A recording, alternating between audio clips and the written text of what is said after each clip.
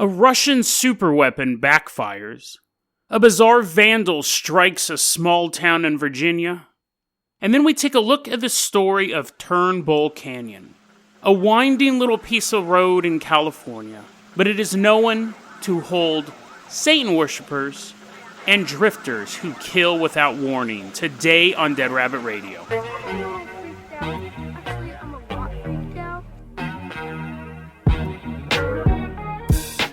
Hey everyone, welcome back to another episode of Dead Rabbit Radio. I'm your host, Jason Carpenter. I'm having a great day. I hope you guys are having a great day too. We got a lot of stuff to get through today, so we're just going to get started. We're going to go with this. The first two stories are actually incredibly recent, so I wanted to kind of put them in one episode because they're really kind of going on right now. But let's start off on our journey of the weird in Russia. We're headed to Russia, Mother Russia, the icy continent. I have nothing else to describe Russia. Anyways, they have funny looking buildings. We go to Russia. Let's all hop on board. We're just going to walk there. Takes us a long time, but we get to Russia. And the date is August 8th, 2019. So last week, really, unless you're listening to this episode in the future. People are hanging out in town, this little Russian town called Severodvinsk. Anyways, it's a town in Russia. People are hanging out in this town. And they start to get news filter into the town saying, hey, they're walking down the street. Guy's like, oh, I don't feel so good. I don't feel so good. My clothes are starting to get a little tight. What's going on here? Someone runs out of the house and it's like, everyone run to the store and take your iodine pills, or buy them first and then take your iodine pills. We're like, why? Their skin starts to turn green because radiation had spiked in the town. Everyone's starting to mutate. People are levitating cars. One of them's like can suck the powers from other people. So for 40 minutes, the radiation spiked in this town. Now, the government is not saying anything. They're just like, so people are freaking out. Why is the radiation levels going up in this town? But after 40 minutes, they started to go down, and everyone, and their mutations disappeared. And one guy was in mid-flight, and he's like, he dies. Now, so what we think has happened, because again, the Russian government really isn't giving a lot of details on what's going on. What we know, and we being the rest of the world, you may know more if you live in Russia, or are a member of Russian parliament, is that there was a giant oil rig type platform out in the Arctic Sea. So it was by that town. It was by that town, right? And they were testing or building some sort of new weapon. And it exploded, and it killed 5 scientists. Now, these scientists have been named, and they are now considered heroes of the Russian government, which, I mean, in the pursuit of science, they died, they gave their lives. But these were like the best of the best. These were some of Russia's best scientists on this platform working on this. And we don't know what they were working on, but because of the radiation spike, and because of the area it was in, and just general intelligence, this is what they believe they were building. This is nuts. They call it the 9M730 Burevestnik. It is known as a vengeance weapon. I was reading an article about it, and one of the people said, the only reason why you would ever use this weapon, the quote was, it's impractical for anything short of an all-out nuclear war. It's a missile, not just a nuclear missile, but the fuel is nuclear. So it has unlimited range. It has a nuclear fuel source. It's not using like jet fuel or anything like that. Rocket fuel, I guess, is what it would be. It's not using any sort of traditional propulsion. It's powered by nuclear power. This weapon is supposedly designed to be used after all other nukes have dropped. This is basically like an FU to whatever country they're attacking, most likely America or China. And it's impractical other than an all-out nuclear war because the engine itself is basically a dirty bomb. So you wouldn't use it as like a tactical strike. This weapon was built for the last stages of a nuclear war, a doomsday weapon, an apocalyptic weapon. That's what we believe blew up. There's another suspicion. I thought this was crazy too. There was another suspicion that what blew up was they were building a missile, a top secret missile that could fly 8 times the speed of sound. And just for comparison, that's as fast as Iron Man flies in the comic books. That is how fast a fictional superhero flies. His top speed is like 8.8 times the speed of sound. They were building a missile that can go, we'll say almost as fast as a cartoon hero. That's the level of weaponry that's being built out there. Because you can't stop it. There's no anti-missile system that can stop something that's hypersonic. It just doesn't exist. But yeah, coming soon to a neighborhood near you. In Hood River here where I live, we have Hanford Nuclear Power Waste Dump. It used to be a nuclear power plant, 40, 50 miles down the river. It's a total mess over there, and they've tried cleaning it up, but they don't know what to do with it. That is actually a third phase target for the Soviet Union, Russia now. The first strikes, you want to take out like military infrastructure and heads of state, chain of command, stuff like that. Second strike was big cities where you just want to... So the first strike was basically, let's see what we can do to their military might. But if we're still lobbing missiles at them, they're like, okay, now let's target the civilian population. Let's start taking out major cities, financial centers and stuff like that, because now we want to bring them to heel. But then they have what's called third phase, which is basically like that one, just the effort. Let's just do as much damage as we can to our enemy. And Hanford, however you pronounce it, is a third phase strike. Basically, if a nuclear missile detonated there, it would irradiate the Pacific Northwest. It would basically turn miles and miles of soil into a giant dirty bomb. You'd turn Pacific Northwest itself into a dirty bomb. I welcome the new mutant powers I will get during the nuclear war. I'm not afraid, but I'm hoping I get a cool mutation like healing. I guess I would need that because I'd be dying of radiation poisoning all the time. Telepathy, I think, would get boring, but I want like super strength. Flying doesn't make sense unless you're invulnerable, because otherwise you're going to be hitting birds all the time. People just shoot you out of the sky. You need to have like one of the big ones. A lot of people go, I wish I was invisible. Lame. Telepathy's kind of lame because people, I don't think, are thinking about you that much. You'd be like talking to a girl and she'd be thinking about someone else. You'd be like, oh, this sucks. I thought I was going to be like reading all these sexy thoughts. Strength, super strength, invulnerability, regeneration, teleportation would suck. I'd get stuck in something. Okay, but let's go ahead. I welcome my mutant powers though. Well, let's go ahead and move on to our next story. Next story is super short, super mysterious. Happened August 11th, 2019. So just a couple days ago. We're in Henrico. Let's all use our mutant powers to fly now to Henrico County, Virginia. Stop, evildoers.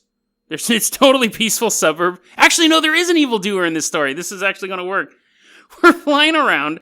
You're like, hey, Jason, look. And you're like my kid's sidekick. I'm like, what is it, youngling? It's a mysterious man. And we're like looking. We're hovering in the air looking at this dude. And we see a man walking through the neighborhoods of little suburbs in Henrico County, Virginia. And he's carrying a big box. And I'm like, ooh, could that possibly be a bomb? And you're like, golly jinkies, I don't think so. That is a TV set. And I'm like, oh, you are right. So we land. The gimmick's done. The gimmick was going nowhere. We land. We go back in our civilian clothes. Now we're hiding in the bushes like a bunch of weirdos. We're hiding in the bushes. And we want, like we normally do in our civilian clothes. And we're watching a man carry an old CRT television set up to a house. And we look at each other. We're like, oh, this is weird. And he sets it down on the porch and turns and walks away. And that's when we notice his head is an old television set. Dun, dun, dun. Now, this isn't creepypasta. This isn't rumor. There is videotape of this. You know, they have those little Ring doorbell cameras. So when people walk up to your front door, it goes off and it records what's going on. They have footage of this guy walking through the town, walking up to a door, putting down an old CRT, and he's wearing like all blue, like blue work slacks, like Dickies, and then like a Dickies top. All the labels are covered up, which is smart. He's wearing a big CRT on his head, big old tube television set. Now, in one night, this guy, or men, we don't know, his face is covered up by a television set, dropped off 50 big giant television sets. Now, some of them were only like 13 inches, but if you know those old TVs, if you grew up in that, those are still quite heavy. But some of them were bigger, some were like 27 inches and stuff like that. But anyways, 50 television sets, a little over 50 television sets, appeared on front porches all over this small, sleepy little suburb in the course of one night. And it's funny because they called the cops out, and there's video of the cops having to lug these television sets, and they're throwing them in a big moving van. So, I mean, that sucks. There's their Monday, having to pick up all these things. But the police said, listen, this is probably a prank. We don't know what's going on, but it is illegal because it's illegal dumping. And the residents seem to be pretty amused by it. They're like, it's kind of funny. Like, someone must have a lot of time on their hands and obviously a lot of television sets. But what's weird about it is that this happened in Henrico County. It happened in the same county, different little town, but in the same county last August. So the same month a year ago. someone dropped 20 television sets off, one at each different house. Never caught the guy. He wasn't on video. Now they have video of him wearing this television head. College prank, hazing ritual, TV repair guy trying to get rid of some product. Or, what if that's not a mask? What if that CRT helmet is his real head?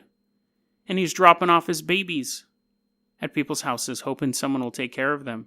But you see, then the police take the babies and put them in their impound lot. And then the babies hatch.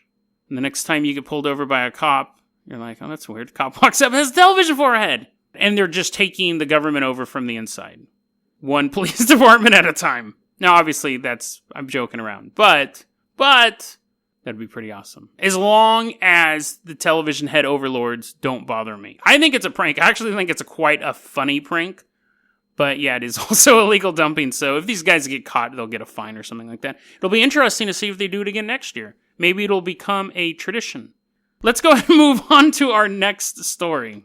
Our next story is the story of Turnbull Canyon. Turnbull Canyon is a winding canyon, little winding country road. It's about a 4-mile loop. It's down in California. It's in Whittier, California. So Weird USA, we've talked about them before. They're a mixed bag as far as their research goes. And this was their headline. Satanists, child snatcher, and drifters in Turnbull Canyon, Whittier. And I was like, well, that sounds interesting. A little dubious of the source, but we got Satanists, we got babies getting kidnapped, which I'm not a fan of. I'm not a fan of that. But drifters, you got like drifters, like homeless people hiding in the bushes with sickles, cutting people up. Anyways, supposedly this place, this bushy little canyon, little sagebrush. Let's take a walk along the canyon. It's super dusty. We're all dirty now. There's a tumbleweed rolling by, lizards on the rocks looking at us and stuff. Just walking through the canyon, right? Keeping an eye out for them drifters, keeping an eye out for Satan worshippers, hoping to rescue some babies. But we don't see any of them. But before we wrestle a drifter, we have to talk about the history of this place. Supposedly, it was known as, yes, it's the episode where Jason can't pronounce anything, Hutyukunga. So the natives in the area called it that, and it means either the dark place or the place of the devil, depending on what translation you go with. And the natives in the area stayed away from it. That's part of the old legend. In 1845, the Spanish governor of Alta California, which was the region there, gave it to 2 settlers. And then the natives started raiding the property because they didn't want the settlers there. So right there should start setting off your skeptic's alarm. If the legend is the natives stayed away from the area and then they started doing raids on the area and later started working on the area, that doesn't jive at all. I couldn't find any reference to the place actually being called that outside of these ghost stories. So, a little skeptical right off the bat. But we got a lot of other good elements, right? The past may have been added, may have been like put a little lipstick on it, but we'll keep going forward. So we keep walking down Turnbull Canyon, keeping an eye out. What? No. What's that? It's just a vulture flying by. And then you get a little suspicious because they start circling us. I'm like, no, that's fine. They do that all the time. I see it all the time in cartoons. You're like, this isn't a cartoon, bro. We're walking through the canyon, sun's starting to set. You're no longer scared of the stories of the natives calling it the place of the devil. You think, that's probably pretty skeptical, right? But let's get into some more recent events. So the sun completely sets. Go around. Where'd that owl come from? I like it. So during the Depression, there was a rumor in the area. The Great Depression, I should say, not just a depression. Some guy's all sad and a rumor starts. During the Great Depression, people were having a hard time feeding their kids. This part's true. This happened all over America and probably other parts of the world. Probably happens today, unfortunately. But people had a hard time taking care of their kids, so they would sell them off to get money to feed themselves, which sounds a little cruel, but they're figuring, I'll sell it to a rich family, kid will be brought up well. I get to eat today, and it's a win-win. But the rumor became a little more sinister because people said that in Turnbull Canyon, these wealthy families were buying babies, going around like poor people. Poor people are on the street corner going, babies, babies. And they have a wheelbarrow full of their kids. And rich people are like, oh, awesome. And they would buy these babies and they said, I will provide them a perfect home. And the fingers are crossed and the guy's like, oh, awesome. Goes away. Guy's buying a bunch of bread. And the rich people were really Satan worshippers, and they were sacrificing the babies in the canyon. That was a rumor that was going around, apparently, back then. There's no verification of that. It's an easy rumor to start and for people to buy into, because you did have people selling their kids, and you would never know what happened to those kids. So it's basically mixes the fact, it would basically demonize people who did sell their kids. It would go, hey, man, you don't know. He's going to a nice house. He might be like, getting sacrificed to the devil. And the guy's like, oh my God, why'd you tell me that? Now I'm super paranoid. I got these 2 more kids to sell. Now I don't want to, but I'm gonna because I need to eat. That was a rumor that was going around at the time. Again, there's no verification of that. We could never really prove that either way. But people in the area still talk about these things. Even today, there are stories of satanic cults in this canyon doing these rituals. Now, at this point, we're walking through Turnbull Canyon. The large canyon walls are steep on both sides of us. There is no way out but to walk the 4-mile loop. And you're thinking, Jason, why didn't you tell me about the more recent Satan worshippers before I started walking through here? Now it is almost pitch black. The moon is just kind of peeking over one of the sheer faces of the canyon. Super spooky. Now, people are posting online about running into Satan worshippers and things like that. You had one guy tell a story that him and his buddies were driving through the canyon and they went on some off-road, right? And they get out of their car and they start walking. They're ghost hunters, right? And then they hear a bunch of hooded people walking behind them. I don't know how they could tell they sounded like they could hear the hoods shifting against their head. They ran and they jumped in the bushes and they saw all these people in black hoods start doing a chant right in front of them, conveniently enough. And then cops showed up and everyone scattered and they hid in the bushes. And then one more, they saw like black boots walk by the bush. They're like, ah. And then the person left and they all ran back to their car. And there's no police reports verifying that. That's one person's story. But that's a common story that goes on with Turnbull Canyon. People in the area go there for ghost hunting. It's fairly remote. It's not like in the middle of the boonies. Like you could get there, but it's also not on the beaten path. It would be a good place to go to look for ghosts, to smoke weed, stuff like that. So people still talk about Satan worshippers there as well now today. Now, there have been murders linked to the area. There was a young woman who was shot in the head, and it took them a couple years to arrest the guy, but that seemed to be drug-related.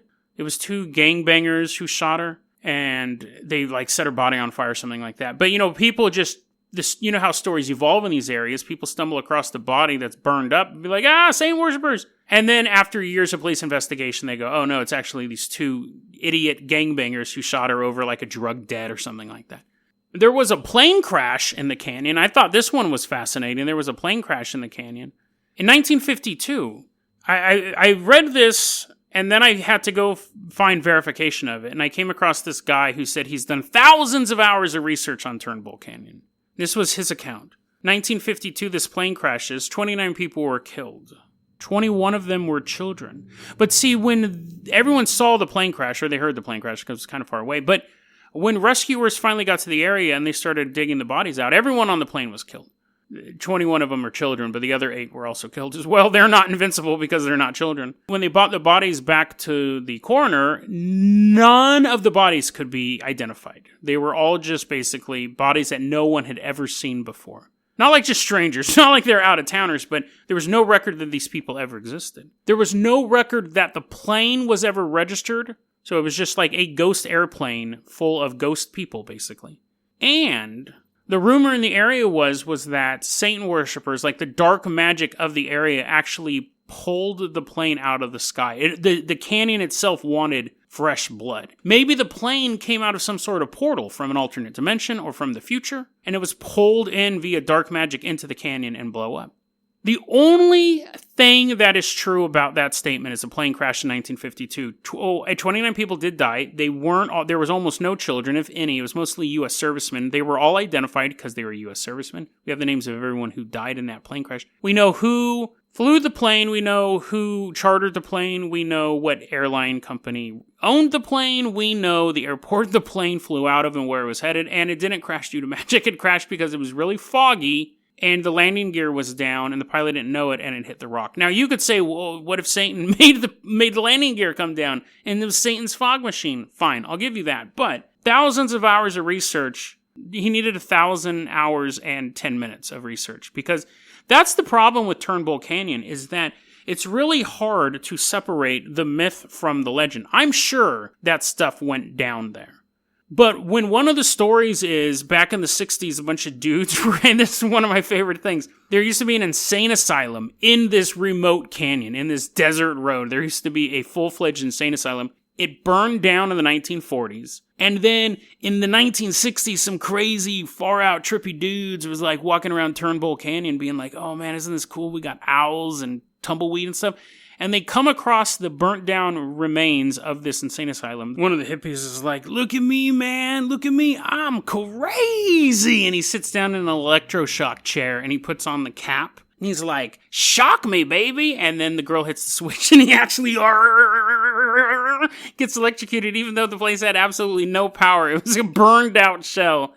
Nothing had existed really in it for 20 years. Somehow this hippie gets electrocuted. Now, that's 100% not true. That not only bends the logic of what ghosts can. If ghosts can electrocute you, then ghosts turning your lights on or making your faucet run is so low-level lame. Like, if a ghost can actually bring electricity into a building where there's been no electricity for 20 years and give you enough volts to blow your brains out, I am no longer impressed when people say, and then the book fell off the bookcase. I'm like, did you die? Did you get electrocuted?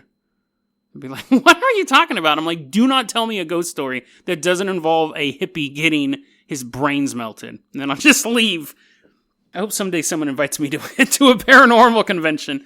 So, I don't believe that story. Either that story is 100% made up, and of course I can't verify it. People said there is like a bit of a ruin, like a flat, looks like something was built out there, but other people have said there's no record of an insane asylum out there. If that, and I believe the story's not true, but if that story is true, it is the greatest ghost encounter of all time. It should be, every episode of Ghost Hunters should just be people sitting down with electroshock helmets at that location. So, let's get to the part I was the most excited about. Because again, we had saint worshippers, child snatchers, and drifters. And I was like, oh, so saint worshippers, you can assume like someone walks around with a creepy mask on, you go, oh, that person's a saint worshipper. They could just have a fetish. They could be a saint worshipper. I don't know. Child snatchers, that's just horrible. I don't like researching that stuff, but a drifter, like a homeless person hiding in the bushes. I've had 100 encounters with homeless people over the years. I'd say maybe 30% of them are good. I've had friends who were homeless. There was a time where I lived in my car because I lost my apartment. I was going to college. I lived in my car. But my friends who were homeless and they went around panhandling when I was living in my car, I would never consider them drifters or myself a drifter. We were still in the same area.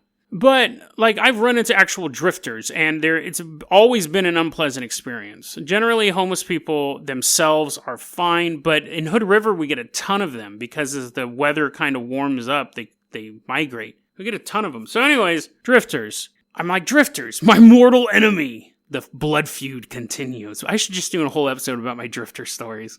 And so, as I'm reaching for my screwdriver in my pocket, you're like, whoa, dude. You're not getting ready to stab that man over there. I'm like, you don't understand.